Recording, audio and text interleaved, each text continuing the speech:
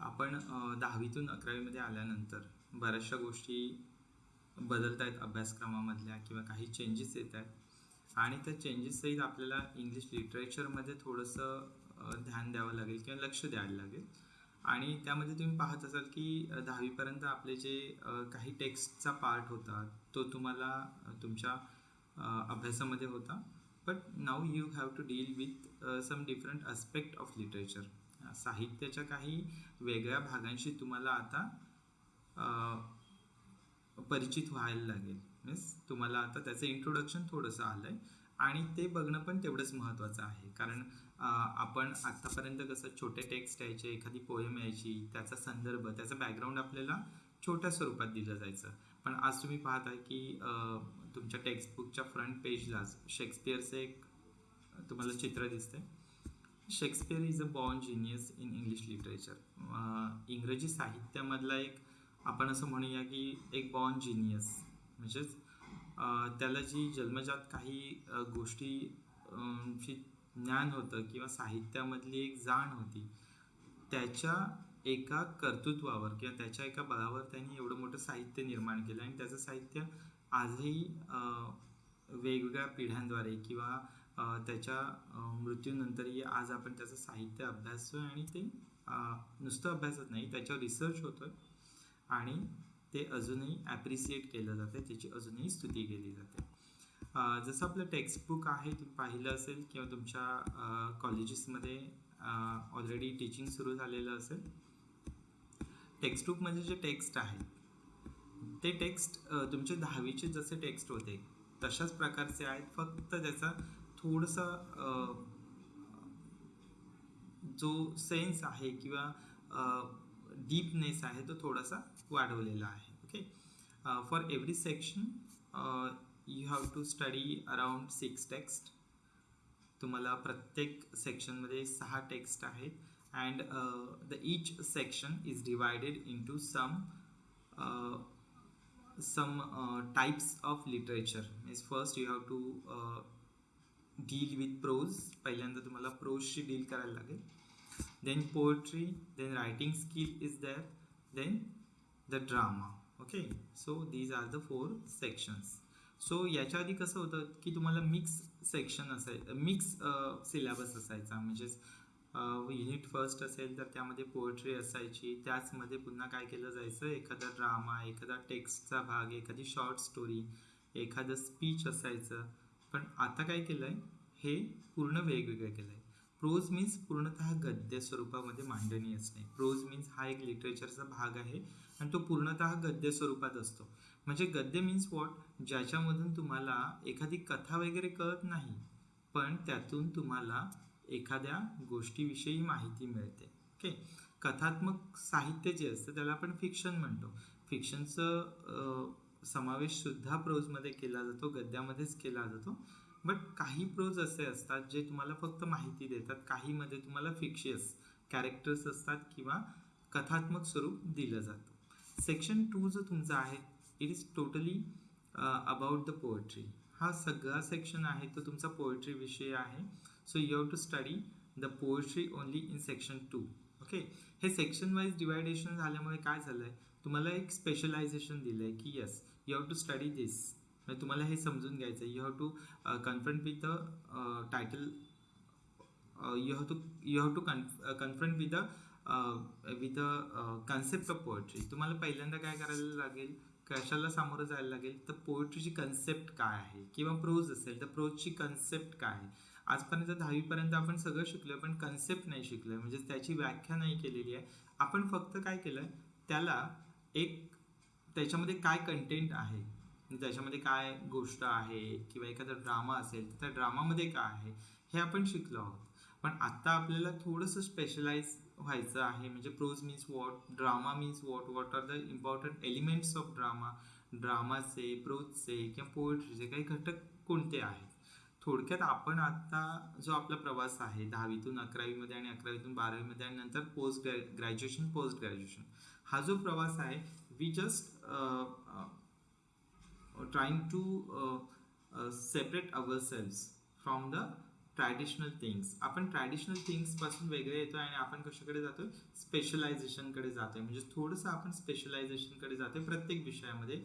म्हणजे तुम्ही आता 10वी पर्यंत जे शिकत होता ते कसं होतं की तुम्हाला सगळे सब्जेक्ट एकत्र होते, बट नाऊ तुम्हाला काय झालंय, डिवाइड केलंय आर्ट्स, कॉमर्स अँड सायन्स. म्हणजे तुमची जे गुणवत्ता आहे प्लस तुमचा जो इंटरेस्ट आहे त्यानुसार तुम्ही आज एखादी शाखा निवडली असेल आणि त्या शाखेतून तुम्ही पुढे जाणार आहात आणि ही शाखा तुम्हाला स्पेशलायझेशनकडे घेऊन जाणार आहे.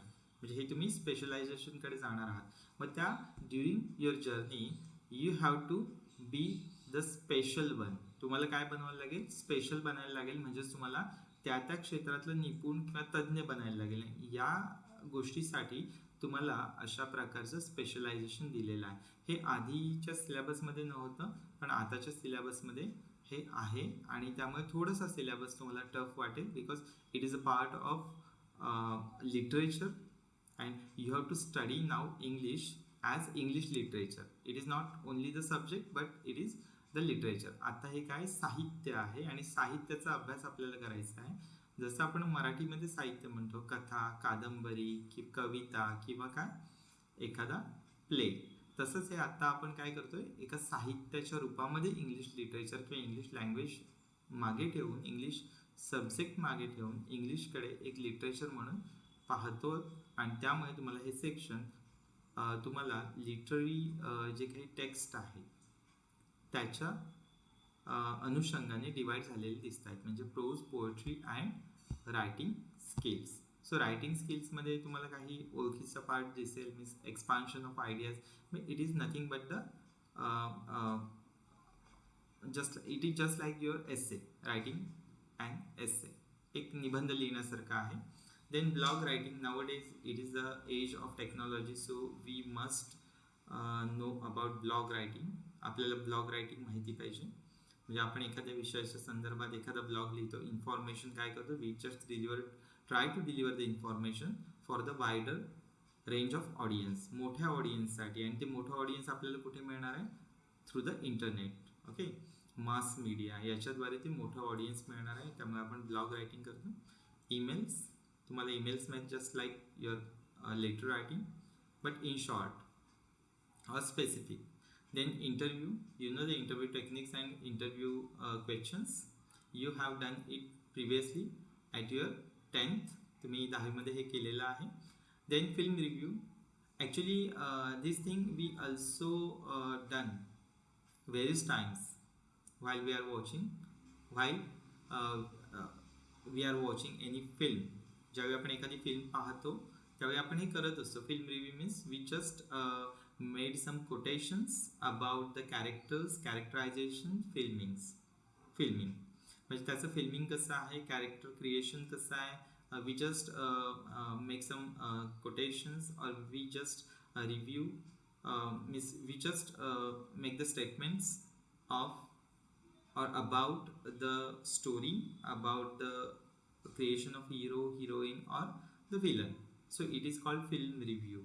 Okay, so and the last, the art of comparing. We just compare two things to choose the best one from them. दोघांमधली एक चांगली गोष्ट निवडण्यासाठी आपण काय करतो, दोन गोष्टी कम्पेअर करतो. And it is the art of comparing. I am talking about comparing, not only comparing two things. मी दोन गोष्टींबद्दल बोलत नाही, but we have to compare, we learn to compare two different types of literature. Means one literature, if one literature is belong to the Britishers and one literature is belong to the India, then we have to we must know how to compare these two literature and find out the best one from them, and we just put it in front of the readers आणि आपण ते reader समोर ठेवायचं आहे. Now writing skill, they want to develop the writing skill into a career. Okay, so हे जे थोडंसं writing स्किलचे जे 6 पॉईंट आहे, देर आर 6 पॉईंट्स, 6 पॉईंट्स आहेत, ते तुम्हाला थोडंसं करिअर ओरिएंटेड आहे. Okay, the expansion of idea. जर्नलिझममध्ये किंवा तुमच्या ज्यावेळी तुम्ही एखादं स्क्रिप्ट रायटर म्हणून काम करत असाल त्यावेळी तुम्हाला एक्सपान्शन ऑफ आयडियाज आलं पाहिजे. आज आपण पाहतो की कितीतरी स्क्रीन प्ले रायटर्स असतात किंवा स्क्रीन रायटर्स असतात. किंवा स्टोरी रायटर्स असतात, मग त्यांना expansion of theme, expansion of ideas आल्या पाहिजेत. आपण काय करतो की एका चौकटीमध्ये जगण्याचा प्रयत्न करतो. Means after 12th, after our graduation और post graduation we try to search the job only. म्हणजे आपण एका चौकटीत राहतो की मला जॉब शोधायचा. बट त्याच्यापेक्षाही बऱ्याचशा गोष्टी आहेत ज्या आपण through our different skills we can acquire the success in our life. Okay, it is possible, and there are so many different or there are lakhs of live examples in front of them, in front of us. आपल्या समोर ना लाखो अशी उदाहरणं आहेत की त्यांनी वेगळ्या फील्डमध्ये they just try to do different things. Different means different than the ordinary, different than the traditional one. म्हणजे परंपरागत गोष्टी करण्यापेक्षा आपण काहीतरी वेगळं. पूर्वीच्या काळी होतं की जो वडिलांचा व्यवसाय तो आपण केला पाहिजे, but now days we have to change our mind. आपल्याला आपलं ना जे विचार करण्याची पद्धती आहे वी हॅव टू चेंज, आपल्याला ती बदलली पाहिजे. सो एक्सपान्शन ऑफ आयडियाजमधून आपण वेगवेगळ्या करिअर फील्डमध्ये जाऊ शकतो. देन ब्लॉग रायटिंग हा पण आज एक काय आहे, एक करिअर म्हणून त्याच्याकडे पाहिलं जातं. ब्लॉग रायटर्स आहेत आणि ते लाखो रुपये कमावत आहेत ब्लॉग रायटिंग लिहून. Okay, email, it is essential to essential for day-to-day affairs in offices and multinational companies. Multinational companies आणि ऑफिसेसमध्ये आज आपण डे टू डे अफेअर्स आहेत, काही डीलिंग आहे ते समजून घेण्यासाठी आपल्याला ईमेल महत्त्वाचा असतो. Then interview, we know that there are so many people work presently working in journalism. They have to conduct certain interviews of the people, successful people, or they just they have to involve into the interviews. त्यांना त्या इंटरव्ह्यूमध्ये involve राहायला लागतं. मग त्याचे काही techniques असतात. How to conduct interview, how to ask questions, what are the different types of questions we can ask to the person. So याच्यामध्ये तुम्हाला ती तयारी करून घेतली जाते. देन फिल्म रिव्ह्यू, आज तुम्ही पाहता की कितीतरी यूट्यूब चॅनल्स आहेत, त्यामध्ये एखादा नवीन फिल्म आला की आपण लगेच त्याच्यावर जातो आणि फिल्म रिव्ह्यू पाहतो. ह्याचं इम्पॉर्टन्स आपल्यासाठी काय आहे की तो फिल्म आपण पाहावा की न पाहावा. इंग्लिश लिटरेचरमध्ये म्हणा किंवा कोणत्याही लिटरेचरमध्ये, कोणत्याही साहित्यामध्ये क्रिटिक्स हा एक भाग आहे. ओके, किंवा मराठीमध्ये आपण त्याला म्हणतो समीक्षा. समीक्षा करणे किंवा समीक्षक म्हणून हा एक जॉब आहे, समीक्षक, क्रिटिक्स. क्रिटिसिझम मीन्स समीक्षा करणे आणि क्रिटिक म्हणजे समीक्षक. आता हा जो जॉब आहे तो जॉब कशा प्रकारचा असतो की आपण जसे फिल्म रिव्ह्यू पाहिले तसं एखादा बुकचा रिव्ह्यू असतो. सो या प्रकारचे रिव्ह्यूज तुम्ही मांडल्यानंतर समोरच्या ऑडियन्सला किंवा समोरच्या जो ट्रॅडिशनल व्ह्यूवर्स आहेत, म्हणजे जे परंपरागत फिल्म पाहणारे आहेत, त्यांना चॉईस करणं सोपं जातं. Okay, they can easily choose the best one. त्यांना सहज एखादी चांगली गोष्ट निवडणं सोपं जातं, कारण ऑलरेडी तुम्ही तो फिल्म पाहिलेला असतो आणि त्याचे रिव्ह्यू तुम्ही मांडत असता. म्हणजे यू जस्ट कॅटर देम, तुम्ही त्यांच्यासमोर मांडता. काय म्हणता, हे चांगलं आहे, हे वाईट आहे, हे तुम्ही पाहावं, त्याच्यासाठी हे मुद्दे आहेत, हे तुम्ही पाहू नका कारण हे मुद्दे आहेत. ओके, सो त्यांच्यासमोर एक रेसिपी रेडी होते किंवा त्यांच्यासमोर एक रिव्ह्यूच्या स्वरूपात तुम्ही त्या एका पर्टिक्युलर फिल्मची काय करता, तुम्ही त्याचा एक काय शहानिशा करता किंवा त्याचे चांगले आणि वाईट बाजू त्या ठिकाणी मांडता, जेणेकरून समोरच्या पिढीने किंवा समोरच्या ऑडियन्सने तो पाहावा की न पाहावा. It is 100% depends on them, but you just help them to choose the best one. ते त्यांच्यावर, त्यांच्या आवडी निवडीवर, त्यांच्या इंटरेस्टवर अवलंबून असतं किंवा त्यांच्याकडे किती वेळ आहे त्याच्यावर अवलंबून असतं. पण तुम्ही त्यांना एक मदत करू शकता ॲज अ फिल्म रिव्ह्यूअर और as a journalist. You can suggest the good things to them. त्यामुळे फिल्म रिव्ह्यू पण तुम्ही मांडू शकता, ज्यामधून त्यांना तुम्ही मोटिवेट करू शकता एखादा फिल्म पाहण्यासाठी किंवा एखादी गोष्ट पाहण्यासाठी. Then the art of comparing, याच्यामधून एक चांगला क्रिटिक घडू शकतो, एक चांगला रिसर्चर घडू शकतो. रिसर्च फील्डमध्ये सुद्धा बऱ्याच ठिकाणी काय आहेत, काही अपॉर्च्युनिटीज आहेत ज्यामधून तुम्ही पुढे जाऊ शकता. MPhil आता बंद झालंय, पण PhD करू शकता तुम्ही आणि त्याच्यातून तुम्ही पुढे जाऊ शकता कोणत्याही क्षेत्रात. प्रत्येक क्षेत्रातली सर्वोच्च पदवी म्हणून PhD समजली जाते. डॉक्टरेट ऑफ फिलॉसॉफी, ती प्रत्येक क्षेत्रामध्ये असते. It is related to the research. Okay, so research फील्डमध्ये जाताना तुम्हाला you must learn the art of comparing two things. Okay, दोन गोष्टी कम्पेअर करण्याची कला तुमच्यामध्ये पाहिजे to understand what is best in both. दोन्ही गोष्टींमध्ये चांगलं काय आहे हे समजून घेण्यासाठी you must compare two things और you just put two things side by side. तुम्हाला त्या गोष्टी दोन्ही एकमेकांच्या बाजूला ठेवून त्यामध्ये तुलना करता आली पाहिजे. जे आपण 10वीपर्यंत डिग्रीची काही सेंटेन्सेस सॉल्व करताना तुम्ही केलं असेल, ज्यामध्ये आपण दोन थिंग्स कम्पेअर करत होतो आणि दोन्ही सारख्या आहेत असं सांगत होतो. पॉझिटिव्ह डिग्रीमध्ये, कम्पॅरेटिव्हमध्ये दोन्ही गोष्टीमध्ये तुलना करून एक गोष्ट मोठी आहे, एक गोष्ट लहान आहे, किंवा एक गोष्ट एका गोष्टीमध्ये कमतरता आहे, एका गोष्टीमध्ये एक गोष्ट त्याच्यापेक्षा सुपिरियर आहे असं दाखवत होतो. आणि सुपरलेटिव्हमध्ये असं सांगत होतो की पूर्ण जगामध्ये किंवा त्या तेवढ्या एरियामध्ये, त्या बाउंड्रीजमध्ये ती गोष्ट सर्वोत्तम आहे असं सांगत होतं. म्हणजे 3 प्रकारचं आपण कंपॅरिझन करत होतो. मग असं कंपॅरिझन तुम्हाला कुठे करता येईल?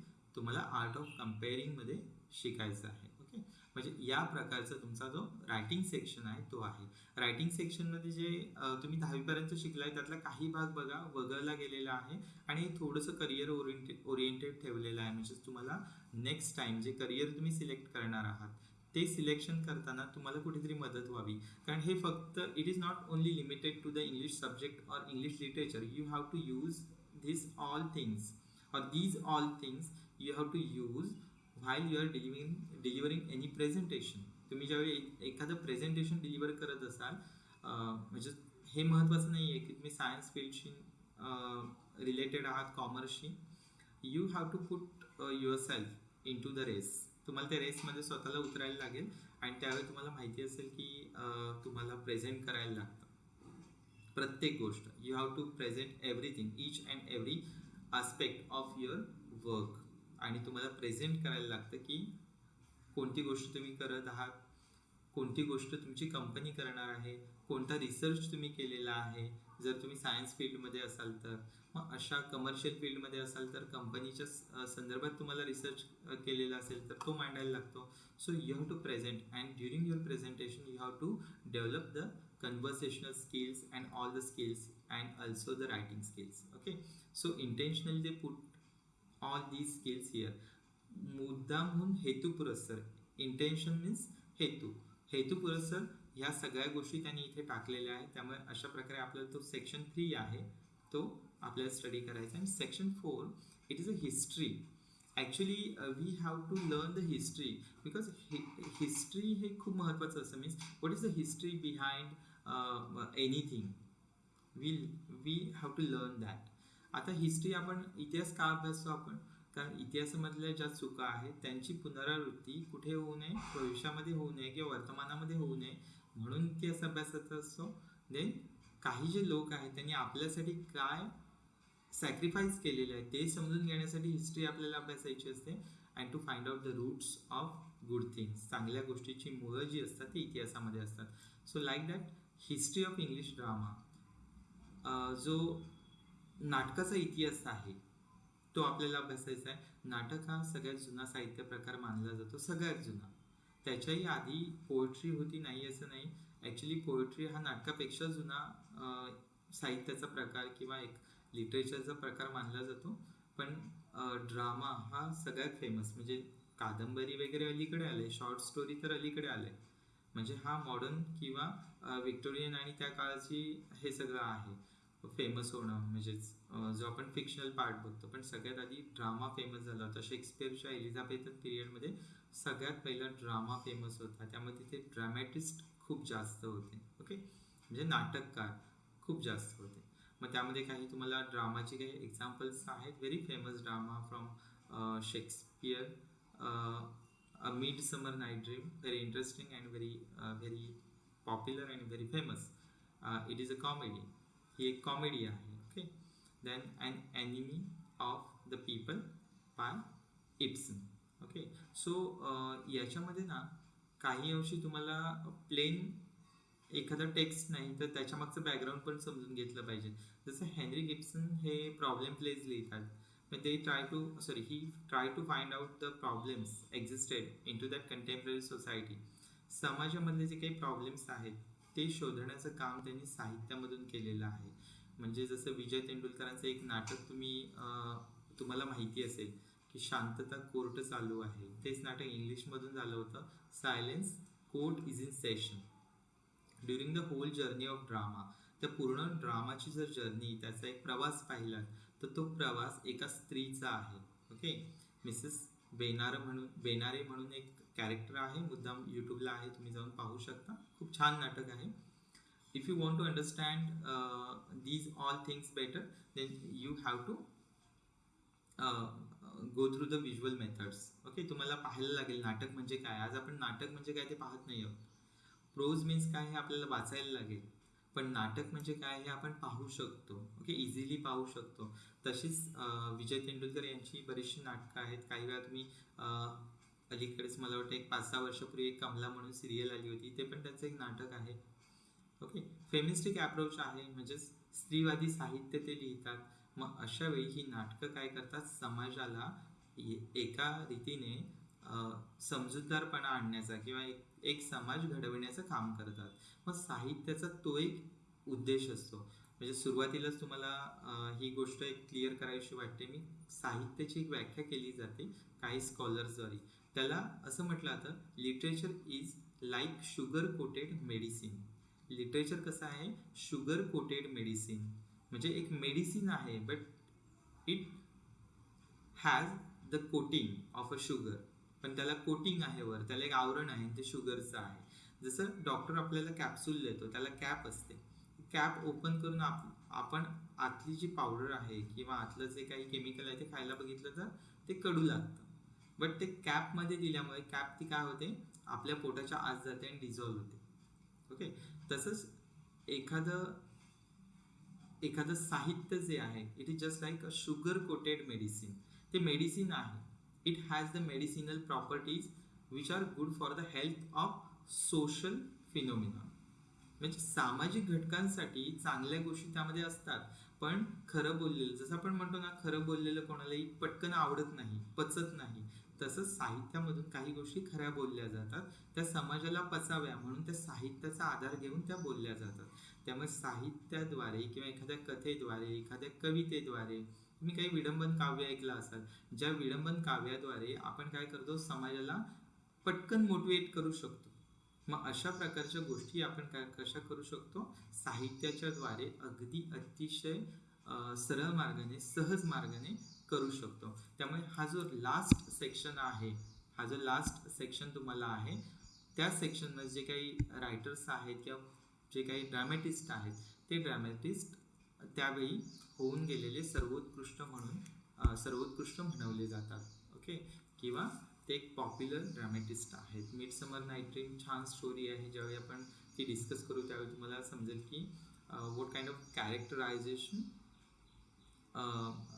Involved in to the writing of William Shakespeare यांच्या रायटिंगमध्ये कोणत्या प्रकारचं कॅरेक्टरायझेशन आहे ते आपल्याला सहज त्यामध्ये समजेल. आणि खूप छान लिहिलेलं आहे. त्याच्यावर एक मराठी लेखकाने ती स्टोरी काय केलेली आहे, ट्रान्सलेट केलेली आहे. मिडसमर नाईट ड्रीम म्हणजे दिवा स्वप्न आहे ते, म्हणजे डोळे उघडे असताना पाहिलेलं एक स्वप्न. ओके, दिवा स्वप्न आपण ज्याला म्हणतो तसं एक ते स्वप्न आहे. पण छान स्टोरी आहे. फेरीज टेल जशी असते, परीकथा जशी असते तशी ती स्टोरी आहे. पण त्या स्टोरीमधून घेण्यासारखं सुद्धा काय बऱ्याच गोष्टी आहेत. शेक्सपियरने ड्रामाचे जे काही पार्ट लिहिले त्यामध्ये कॉमेडी, ट्रॅजेडी, हिस्ट्री प्लेज लिहिलेत त्यांनी. त्यामुळे हा जो मिडसमर नाईट ड्रीम आहे तो एक कॉमेडीमध्ये येणारा काय आहे, नाटकाचा भाग आहे. ओके, आता हे आपण सगळं इन डिटेलमध्ये बघणार आहोत. आज फक्त आपण एकच गोष्ट डिस्कस केलेली आहे की ह्या ज्या पोएम्स आहेत किंवा प्रोज आहेत किंवा ड्रामा आहेत, ह्याचं सेपरेशन का केलेलं आहे, तर तुम्हाला स्पेशलायझेशन देण्यासाठी. आपल्या नेक्स्ट लेक्चरमध्ये आपण काय करणार आहोत की we just start our syllabus from the section 1. आपल्याला ॲक्च्युली तुमच्या सिलेबसला सुरुवात करण्याआधी त्याचे काही बॅकग्राऊंड आहेत ते समजून घ्यायला लागेल. म्हणजे प्रत्येक सेक्शनला एक टायटल दिलेलं आहे. फर्स्टला प्रोज दिलेला आहे, सेकंड पोएट्री आहे, रायटिंग स्किल आहे आणि लास्ट आहे ड्रामा. मग पहिल्यांदा आपल्याला डेफिनेशन समजून घेणं गरजेचं आहे, कारण कोणत्याही गोष्टीकडे जाताना we have to know the things existed into that, or we have to deal with the history of that, or we have to understand what is the meaning of that particular thing. म्हणजे we call it introduction. आपण त्याला काय म्हणतो, introduction. So पहिल्यांदा आपलं हे समजून घेणं गरजेचं आहे आपल्याला की what is the definition of prose. म्हणजे प्रोजची डेफिनेशन काय आहे, की आपण prose means what. Okay, so prose means what. Prose means गद्य. मराठीमध्ये तुम्ही त्याला काय म्हणू शकता, गद्य. पण it is not enough to understand the actual meaning of prose. So before going to the text, or before going to directly to the text, we have to understand the definition of prose and what are the different characteristics. Why we just separate prose from other types of writing existed in literature. साहित्यामध्ये इतर प्रकारचं साहित्य आहे, त्याच्यापासून प्रोजला आपण वेगळं का करतो ते आपल्याला समजून घेणं खूप महत्त्वाचं आहे. So when you read any novel, a newspaper, or perhaps even a textbook. Okay, तुम्ही एखादा काय वाचता, एखादा पेपर वाचता, एखादं नोटबुक वाचता, एखादं नोव्हल वाचता, एखादं टेक्स्टबुक वाचता, तुमचं Marathi, English, Hindi, economics. So while you are reading the prose, you feel the difference in that.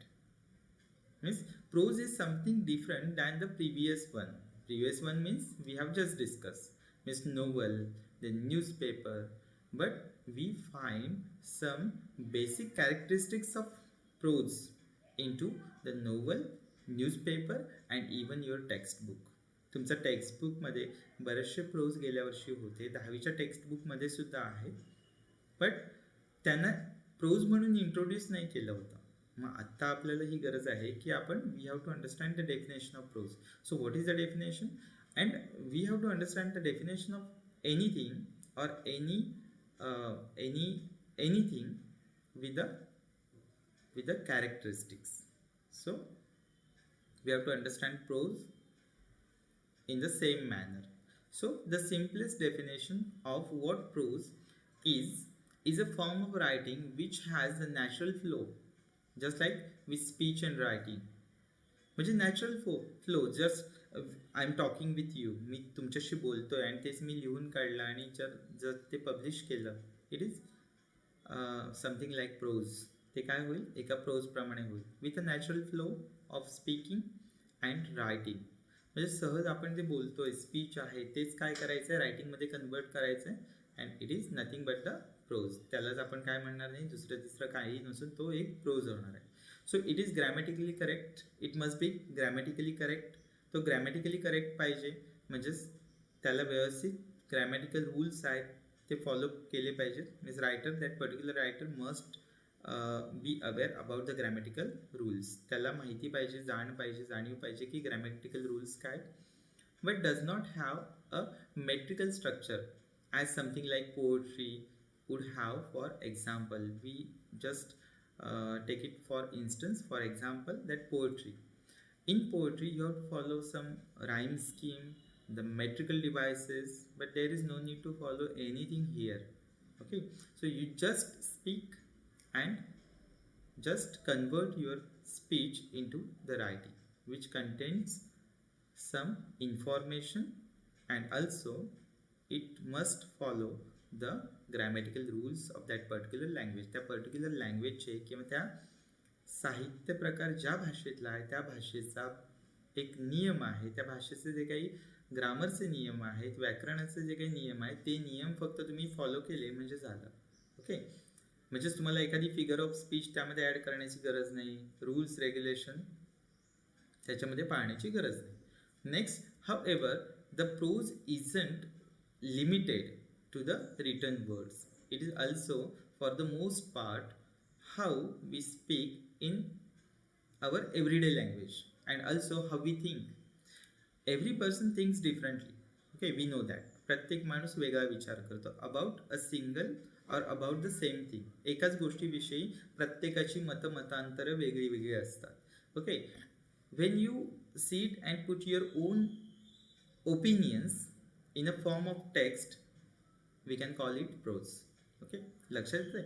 Daily जे रुटीन आहे, डेली जे कन्व्हर्सेशन आहे, तुमची मतं आहेत, तुमचे काही विचार आहेत, ते विचार ज्यावेळी तुम्ही बसता, शांत बसता आणि त्याचं कन्व्हर्जन, त्याचं कशामध्ये कन्व्हर्जन करता? तुमच्या रायटिंगमध्ये करता. तुम्ही ते लिहिता आणि एखाद्या ब्लॉगच्या रूपामध्ये, एखाद्या चॅप्टरच्या रूपामध्ये, एखाद्या बुकमध्ये पब्लिश करता. So it is a part of pros. त्याला आपण काय म्हणूया? गद्य, किंवा त्याला आपण प्रोज म्हणू शकतो. Okay, so it just like we speak in everyday language. जसं आपण रोजच्या भाषेमध्ये बोलतोय, म्हणजे आत्ता मी जे काही कन्व्हर्सेशन तुमच्याबरोबर करतोय ते जर मी लिहिलं आणि द डेफिनेशन ऑफ प्रोज म्हणून मी ते पब्लिश केलं, तर ते काय असणार आहे? तो एक प्रोज असणार आहे. Okay, then when we talk about prose, we are referring to a type of language which does not demonstrate any particular structure but leans more than a favor of delivering concise and clear language that can be easily understood. But we only focus the particular language. We have to choose the particular language, means Hindi, Marathi, or any language. Okay, and we must be prepared ourselves for delivering the speech, for delivering or writing in that particular thing, and it must be clear, it must be comprehensible to the reader. Okay, ते काय असलं पाहिजे? आकलनक्षम असलं पाहिजे. म्हणजे जसं आपण reading comprehension पाहत होतो, तसं ते काय असलं पाहिजे? रीडिंग प्रोसेसमध्ये त्याला एक व्यवस्थित काय समजलं पाहिजे, रीडर्सला ते व्यवस्थित आकलन त्याचं झालं पाहिजे. म्हणून त्याच्यामध्ये काय पाहिजे? एक क्लिअरिटी पाहिजे. Okay, the term prose is derived from the Latin language. Most of the terms, or many terms, derived from the Latin language or Greek language. Means when we especially think about the literature, ज्यावेळी आपण लिटरेचरचं, साहित्याचा विचार करतो, most of the time the terms or the definition derived from Latin or Greek languages. Okay, many of them belongs to the Sanskrit as well. Okay, Sanskrit मधून पण आलेले आहेत. त्यामुळे जुनं जे साहित्य आहे त्याच्यामध्ये याच प्रकारच्या टर्म्स त्यांनी सांगितलेल्या आहेत. So the term prose is derived from, derived means काय करणे? खेचून आणणे, किंवा डिराइव्ड मीन्स शी लिंक असणे, एखाद्या गोष्टीशी लिंक असणे. So it derived from the Latin language and translated as meaning straight forward. Straight forward means सरळ. तिथे काही आडेवेडे घेण्याचा प्रकार नाही. साहित्याबद्दल बोलतोय मी, म्हणजेच तिथे फिगर्स ऑफ स्पीच नाही आहेत, तिथे एखादं काय नाही आहे, एखादी सिमिली, मेटाफर वापरलेली नाही आहे. There is no rhyming scheme, no strict rules and regulations regarding your writing. So you can explain your thoughts, और you can write your thoughts और ओपिनियन्स स्ट्रेट फॉरवर्डली. तुम्ही ते सरळ सरळ तुमची म्हणणं आहे ते साहित्यामधून मांडू शकता. When looking at prose, you will notice that it is made up of sentences which are grammatically correct, and these from paragraphs. So you have to make some paragraphs to clear your thoughts. तर तुमचे विचार clear करण्यासाठी you just make short or long paragraphs. Okay, then you have to follow the rules and regulations of that particular language. Means you have to write grammatically correct. Grammatically ते correct पाहिजे. Write means you have to choose the correct words, correct word order, syntax. Okay, you have to follow all the rules and regulations laid by that particular language. And in some instance means examples, in some instance, however, you might come across another type of prose known as prose poetry. We also has we also know, or we also know about prose poetry. Okay, गद्य काव्य, मराठीमध्ये त्याचा एक part आहे गद्य काव्य म्हणतो आपण त्याला. रूल्स नसतात, म्हणजे ते एखाद्या धड्याप्रमाणे लिहिलेलं असतं, but we call it poetry. So there is another type of prose, the prose poetry, which blends the two techniques together. Means the technique of poetry and the technique of prose. Blends means the mixture of both, is poetry and the prose.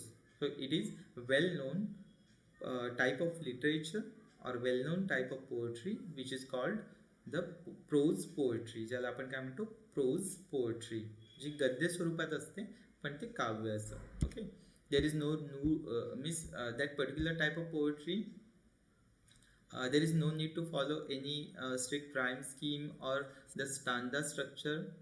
एखादा कडव्याचा जो काही structure आहे तो follow करण्याची गरज नाही, rhyming scheme follow करण्याची गरज नाही. No need to use the heavy flow of figures of speech heavily use करण्याचं गरज नाही आहे.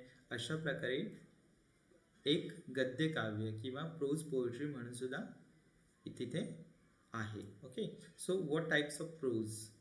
First, non fictional prose. We have just discuss fiction means what and non-fiction means what. Fiction means what? Fiction means the story. Okay, जिथे तुम्हाला कथा मिळते. एखाद्या स्पीचमध्ये तुम्हाला कथा मिळत नाही, एखाद्या भाषणामध्ये तुम्हाला कथा मिळत नाही. You got motivated by that speech. एखाद्या स्पीचद्वारे तुम्ही काय होता, मोटिवेट होता, बट तिथे तुम्हाला स्टोरी मिळत नाही.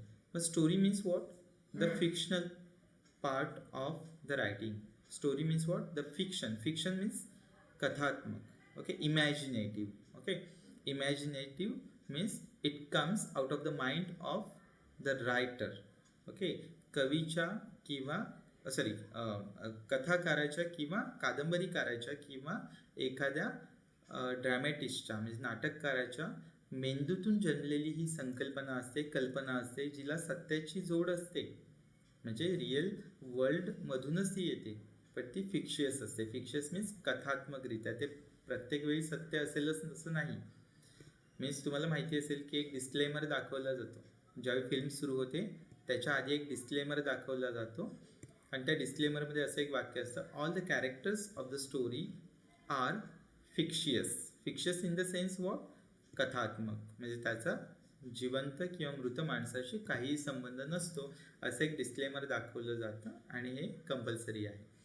So, non-fictional prose means what? A written work based on around facts. It is based on the facts. Facts means what? सत्य घटना, घडलेले एखादे रूल्स रेग्युलेशन्स असतील.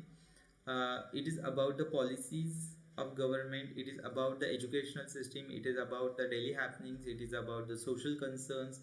It is about anything which is not linked or which is not the thing which not involve any story. म्हणजे कोणतीही कथा त्यामध्ये नसावी. It is all about the knowledge, it is all about the politics, then current affairs और anything, but it must be away from the fictitious world. म्हणजे कथेपासून ते दूर पाहिजे. Okay, so a written work based on around facts. You might see this in such pieces of writing such as autobiographies और an essay. There are two things. Non fictitious prose मध्ये दोन गोष्टी मिळतात. फर्स्ट, ऑटोबायोग्राफीज मीन्स माझ्या आयुष्याबद्दल मी लिहिलेलं असेल, माझ्या आयुष्यामध्ये ज्या गोष्टी घडलेल्या असतील, इट इज कॉल्ड ऑटोबायोग्राफीज और एन एस्से. और biographies also falls under the category of non-fictional prose. Okay, but in some biographies we find some stories about that particular person, so they have not mentioned here as a non-fictional prose, but it also falls under the category of non-fictional prose. So there are two things. First, autobiography and the essay. Means essay means what? Essay on anything means the AI technology. If you have provided any information about AI, artificial intelligence, how artificial intelligence covers the whole world nowadays. आत्ताच्या जगामध्ये हा जो artificial intelligence आहे तो कसं पूर्ण जगाला काय करतोय, कव्हर करतोय. हे जर तुम्ही एखाद्या तुमच्या निबंधामधून मांडलं तर तो निबंध म्हणजे तुमचा नॉन फिक्शनल प्रोज होतो, ज्यामध्ये तुम्ही तुमचे विचार मांडलेले आहेत, ज्यामध्ये तुम्ही एखाद्या भाषेचा वापर करून तुमचे विचारांचं जनरलायझेशन केलेलं आहे. त्यामध्ये नॉन फिक्शन, तुम्ही कथा नाही मांडलेली आहे. ओके, तुम्ही एक तुमचा थॉट क्लिअर केलेला आहे. थीम एक्सपान्शन आपण म्हणतो ना, तुमच्या रायटिंग स्किलमध्ये आहे थीम एक्सपान्शन और सब्जेक्ट एक्सपान्शन.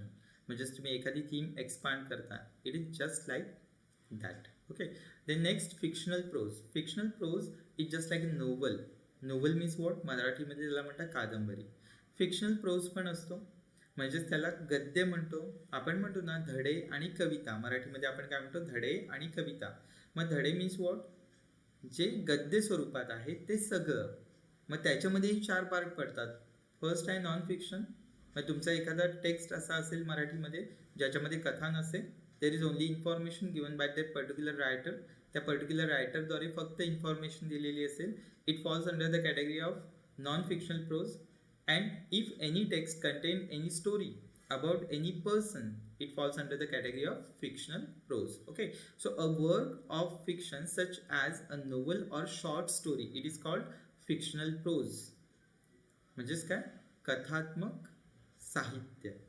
त्याला आपण कथा, एक कथा असते. It is about anybody, any person, any state, any country और anything, but it is presented or it is means it is presented by the writer in a form of story.